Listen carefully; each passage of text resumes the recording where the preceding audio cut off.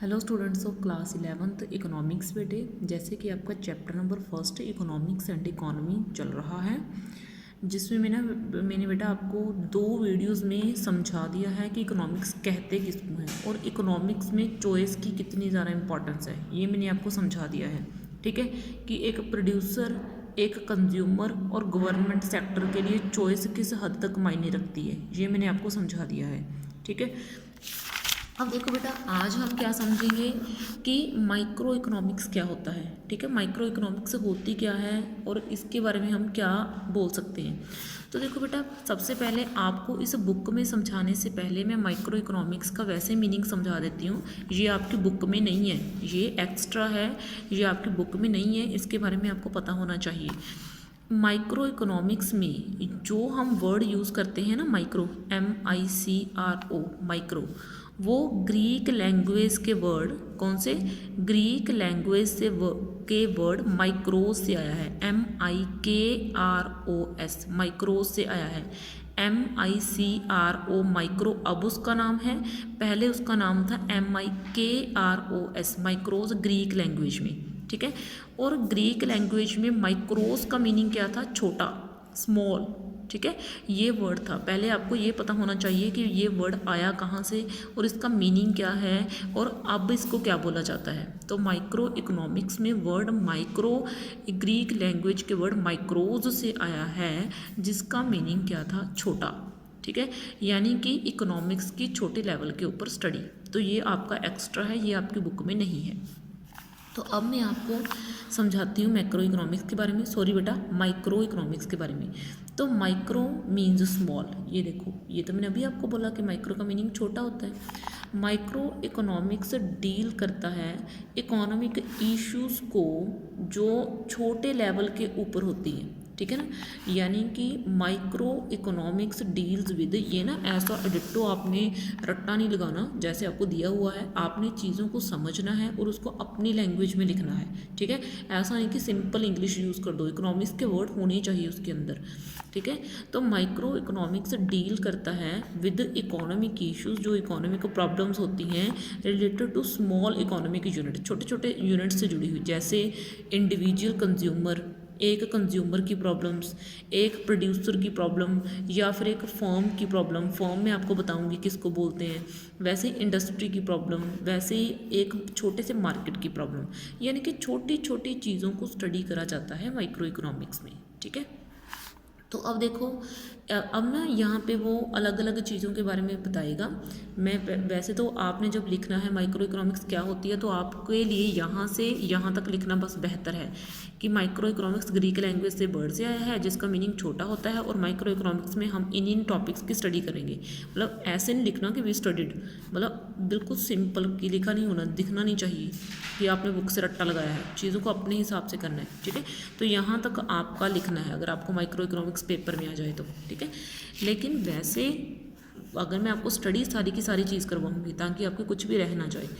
तो देखो, a consumer is an important economic unit in the context of micro economics. Micro economics से consumer का, consumer मैंने आपको बताया है कि कौन होता है, ठीक है ना। We are consumer of a good if we use directly for the satisfaction of our want, ठीक है ना। मैंने आपको ये बताया था, एक कंज्यूमर वो होता है जो चीज़ को लेके आता है और सीधा अपने लिए यूज़ करता है। ऐसा नहीं है कि मैं चीज़ ले आई और मैं उसको आगे बेच रही हूँ, तो वो मैं थोड़ी ना, फिर मैं तो फिर वो रिटेलर हो गई, ठीक है। तो मैं आपको सभी चीज़ों के बारे में बताऊंगी, होल सेलर, रिटेलर, प्रोड्यूसर, कौन कौन से इंटरमीडिएटर्स आते हैं सीधा प्रोड्यूस करने और बेचने तक के बीच के, ठीक है। A consumer is an important economic unit in the context of micro economics, ठीक है। तो माइक्रो इकोनॉमिक्स के मामले में जो कंज्यूमर है वो एक बहुत इम्पॉर्टेंट मायने, मतलब अपना रोल रखता है। He faces a problem of choice. मैंने तो आपको प्रीवियस 2 वीडियोस में यही तो समझाती आ रही हूँ कि चाहे वो प्रोड्यूसर सेक्टर है, चाहे वो अपना गवर्नमेंट सेक्टर है, चाहे वो प्राइवेट सेक्टर है, sorry consumer, producer and government sector, तीनों को चॉइस की प्रॉब्लम फेस करनी पड़ रही है। मैं तो आपको इस वीडियो से शुरू करवाने से पहले ही बोल दिया कि चॉइस की प्रॉब्लम सबसे मैटर करती है इसमें, ठीक है। He is to use his resource. अब कंज्यूमर का रिसोर्स कौन सा है, मेरा रिसोर्स कौन सा होगा, मेरा पैसा, मेरी इनकम। मैं इस तरीके से अपनी इनकम को खर्च करना चाहूँगी कि मुझे मैक्सिमम सेटिस्फेक्शन मिलनी चाहिए। अब यहाँ पे सारे लोगों ने अपनी इनकम कैसे खर्च करनी है इसके बारे में नहीं हम बात करेंगे, इसके बारे में हम बात करेंगे माइक्रो में एक कंज्यूमर को अपनी इनकम किस तरीके से खर्ची करनी चाहिए कि उसको मैक्सिमाइज सेटिस्फेक्शन मिल सके। ठीक है ना, how does he do it, वो इसको किस तरीके से खर्च करे। ठीक है, वैसे ही इसको हम कहाँ पे रीड करेंगे, एक कंज्यूमर के बारे में हम कैसे कहाँ पे रीड करेंगे, इसको हम रीड करेंगे थ्योरी ऑफ कंज्यूमर बिहेवियर में। ये हमारा चैप्टर है, ठीक है, थ्योरी ऑफ कंज्यूमर बिहेवियर। ठीक है, मतलब चैप्टर नहीं एक टॉपिक है, और या फिर मतलब अगर मैं इसको सिंपल लैंग्वेज में बोलूँ तो थ्योरी ऑफ डिमांड में। ये आपका चैप्टर है थ्योरी ऑफ डिमांड, इसमें रीड करेंगे हम। ठीक है, कि डिमांड का, प्राइस का कैसे एक पर्सन के ऊपर इफेक्ट पड़ता है और कैसे वो चीज़ों को सोचने के लिए मजबूर हो जाता है कि कौन सी चीज़ खरीदनी चाहिए, कौन सी नहीं खरीदनी चाहिए, मार्केट फोर्सेस कैसे इफेक्ट करती हैं, है ना। वैसे अगर हम प्रोड्यूसर की बात करें तो प्रोड्यूसर जो है वो इस तरीके से सोचेगा कि मुझे कौन सी चीज़ प्रोड्यूस करनी चाहिए और कौन सी नहीं प्रोड्यूस करनी चाहिए और कितनी प्रोड्यूस करनी चाहिए। ठीक है, मतलब ऐसा नहीं है कि लोग कोई चीज़ में इंटरेस्ट नहीं दिखा रहे और वो उस चीज़ को प्रोड्यूस करे जा रहा है तो उसको कोई फ़ायदा नहीं मिलने वाला। जैसे अब मैं अगर आपको एग्जांपल दूँ, मेरी मान लो कोई फैक्ट्री है, मैं अपनी फैक्ट्री में मान लो ब्लैक एंड वाइट टीवी बना रही हूँ, तो उसकी तो आजकल डिमांड ही नहीं है, वो तो फिर मेरे पैसे बर्बाद करना हो गया। तो मैं तो अपनी सोसाइटी के हिसाब से चलूँगी ना, जिस चीज़ की लोग डिमांड करेंगे प्रोड्यूसर वही चीज़ तो प्रोड्यूस करेगा, और कितनी प्रोड्यूस करनी है इस चीज़ को भी उसको देखना पड़ता है ताकि उसकी सप्लाई ना ज़्यादा हो जाए उसके लोगों की डिमांड से। ठीक है, क्योंकि वो स्टॉक नहीं बचाना चाहेगा, स्टॉक वो तब बचाएगा जब उसको लगेगा कि फ्यूचर में प्राइस बढ़ सकते हैं। मतलब मैं ये चीज़ें क्या बोल रही हूँ आपको सबका मैं बताऊँगी। ठीक है, आई होप आपको अभी ये चीज़ें नहीं समझ आ रही होंगी, लेकिन मैं आपको सारा कुछ बता दूंगी कि मैं क्या बोल रही हूँ। ठीक है, तो मतलब जो प्रोड्यूसर के बारे में हम स्टडी करेंगे वो हम चैप्टर थ्योरी ऑफ सप्लाई में स्टडी करेंगे। ये सिर्फ ये बताया गया कि आप किन किन टॉपिक्स में किस किस चीज़ को पढ़ोगे। माइक्रो इकोनॉमिक्स की डेफिनेशन तो यहीं तक है जो मैंने आपको बता दी। वैसे ही कोई और जो है थ्योरीज आपस में लिंक करती हैं, प्राइस से लिंक करती हैं कि अगर चीज़ों के प्राइस बढ़ जाते हैं, specific topics on the price. ठीक है, इसको हम प्राइस थ्योरी में पढ़ेंगे। ठीक है, प्राइस के इफेक्ट को पढ़ेंगे कि प्राइस इनकम को कैसे इफेक्ट करता है, प्राइस किसी बंदे के एक्सपेंडिचर को कैसे इफेक्ट करता है। ठीक है ना, और प्राइस का हमारे जो है घर या हमारी इनकम मतलब छोटी मोटी चीज़ों के ऊपर कैसे प्रभाव पड़ता है। बड़े छोटे छोटे से कंपोनेंट्स पढ़ने हैं जिसको हम बोल सकते हैं वाइटल कंपोनेंट्स। ठीक है, तो आप देखो मैं थोड़े से वाइटल कंपोनेंट्स को ही डिस्कस करना चाहूँगी। ठीक है, तो इसमें क्या है, सबसे पहले मैंने आपको 3 थ्योरीज गिनवाई। थ्योरी ऑफ डिमांड पढ़ाया, थ्योरी ऑफ सप्लाई आपको बताया, एंड थ्योरी ऑफ प्राइस बताया। ठीक है, तो अब मैं आपको एक्सप्लेन करना चाहूँगी थोड़ा थोड़ा सा कि कौन कौन सी थ्योरी में हम क्या क्या पढ़ेंगे। थ्योरीज पढ़ाऊँगी लेकिन उससे पहले मैं आपको बता दे रही हूँ। तो थ्योरी ऑफ कंज्यूमर बिहेवियर में हमें कंज्यूमर को अपनी इनकम को कैसे एलोकेट करना चाहिए, कैसे बांटना चाहिए अपनी मैक्सिमम सेटिस्फेक्शन के लिए, उसके बारे में पढ़ेंगे। यानी कि प्राइस का और आपकी डिमांड का रिलेशन पढ़ेंगे। ठीक है, यानी कि आप मार्केट में जाते हो ना, आप कौन सी चीज़ को प्रेफर करते हो और क्यों करते हो, उसके प्राइस के कारण ही करते हो ना, तो वही चीज़ पढ़ेंगे हम। ठीक है, आगे थ्योरी ऑफ प्रोड्यूसर बिहेवियर या फिर थ्योरी ऑफ सप्लाई। इसमें प्रोड्यूसर को कितना प्रोड्यूस करना चाहिए और कैसे प्रोड्यूस करना चाहिए ताकि उसको मैक्सिमम प्रॉफिट मिल सके।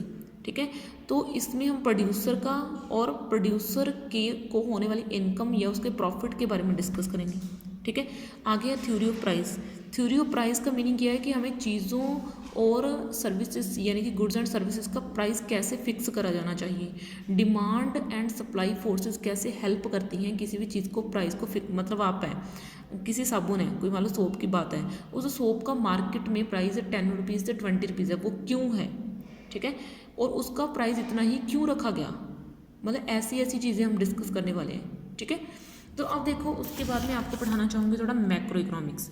जैसे मैंने आपको माइक्रो इकोनॉमिक्स में बारे में बताया, वैसे ही मैक्रो इकोनॉमिक्स वर्ड भी ग्रीक लैंग्वेज के वर्ड मैक्रोज से आया है। कौन से वर्ड, ग्रीक लैंग्वेज के वर्ड मैक्रोज से आया है। ठीक है, कौन से, MAKROS, मैक्रोज से आया है ग्रीक लैंग्वेज के word.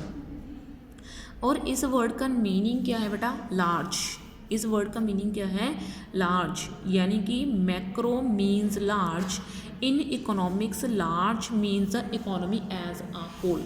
Economy as a whole यानी कि हमने पूरी इकोनॉमी की इकट्ठे स्टडी करनी है। मैक्रो इकोनॉमिक्स डील करता है, बताती माइक्रो इकोनॉमिक्स भी इश्यूज़ के बारे में है, इकोनॉमिक बताता मैक्रो इकोनॉमिक्स की इशू के बारे में है। फ़र्क इतना क्या है कि माइक्रो इकोनॉमिक्स से छोटे लेवल की स्टडी और मैक्रो इकोनॉमिक्स में हम पूरी इकोनॉमी को साथ में लेके चलते हैं। तो अगर आपको पेपर में मैक्रो इकोनॉमिक्स की डेफिनेशन आ जाए तो आपने गा सा नहीं डालना, कहीं सारा रट्टा लगा के लिख दो। आपको जो मैंने बोला आपने सिर्फ उतना का लिखना है, ठीक है। कि मैक्रो इकोनॉमिक्स में मैक्रो वर्ड ग्रीक लैंग्वेज के वर्ड मैक्रोज से आया है, जिसका मीनिंग क्या होता है, लार्ज। तो मैक्रो का मीनिंग हुआ लार्ज। तो इन इकोनॉमिक्स में जो लार्ज है उसका मीनिंग क्या है, economy as a whole. And macro economics deal करता है इकोनॉमी के इश्यूज़ को पूरी इकोनॉमी से रिलेटेड, ठीक है। इतनी लिखनी है आपने डेफिनेशन, ओके। तो आगे देखो बेसिक इश्यूज़ हम मैक्रो इकोनॉमिक्स में, ठीक है, क्या क्या रीड करने वाले हैं। मैं तो अभी आपको ये नहीं पढ़ाने वाली कि हम मैक्रो इकोनॉमिक्स में क्या क्या रीड करेंगे, क्योंकि जब आपकी अभी ये बुक ही नहीं चल रही तो मैं इसके बारे में अभी आपको नहीं बताना चाहूँगी, ठीक है। बस आपको इतना बताना चाहती हूँ, बस जो आपको माइक्रो में पढ़ाया है वही मैं आपको मैक्रो में बता देती हूँ। भाई माइक्रो में हम एक पर्सन की डिमांड और प्राइस में लिंक पढ़ते थे, वैसे वहाँ पे हम मैक्रो में पूरी इकोनॉमी के लोगों की डिमांड और इनकम के बारे में पढ़ेंगे, ठीक है। वैसे ही हम एक प्रोड्यूसर की सप्लाई का इफेक्ट पढ़ते थे, ठीक है। यहाँ पे हम पूरी इकोनॉमी के प्रोड्यूसर की सप्लाई का इफेक्ट पढ़ेंगे। वहाँ पे हम सप्लाई और डिमांड के हिसाब से प्राइस को फिक्स कैसे करते हैं ये सीखना था। अब यहाँ पे एक वर्ड होता है जिसको एग्रीगेट माना जाता है। एग्रीगेट का मीनिंग क्या होता है, सारा, कुल, टोटल। एग्रीगेट का मीनिंग होता है टोटल, ठीक है। ये एग्रीगेट वर्ड यूज़ करते हैं हम मैक्रो इकोनॉमिक्स में। एग्रीगेट डिमांड, सारे लोगों की डिमांड के लिए एग्रीगेट वर्ड यूज़ किया, सारे प्रोड्यूसर्स की सप्लाई के लिए एग्रीगेट वर्ड यूज़ करा, ठीक है। तो एग्रीगेट सप्लाई, एग्रीगेट डिमांड, इन चीज़ों के बारे में हमने पढ़ना है। और एग्रीगेट सप्लाई यानी कि कुल सप्लाई, एग्रीगेट डिमांड, कुल डिमांड के जब इक्वल हो जाती है तो इक्विलिब्रियम कैसे लेते हैं, इन चीज़ों के बारे में आपको नेक्स्ट वीडियो में समझाएंगे, ठीक है। तो ओके देन, थैंक यू बेटा।